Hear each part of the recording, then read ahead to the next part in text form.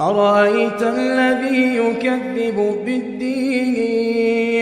فذلك الذي يدع اليتيم ولا يحض على طعام المسكين فويل للمصلين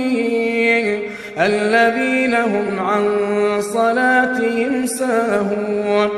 الذين هم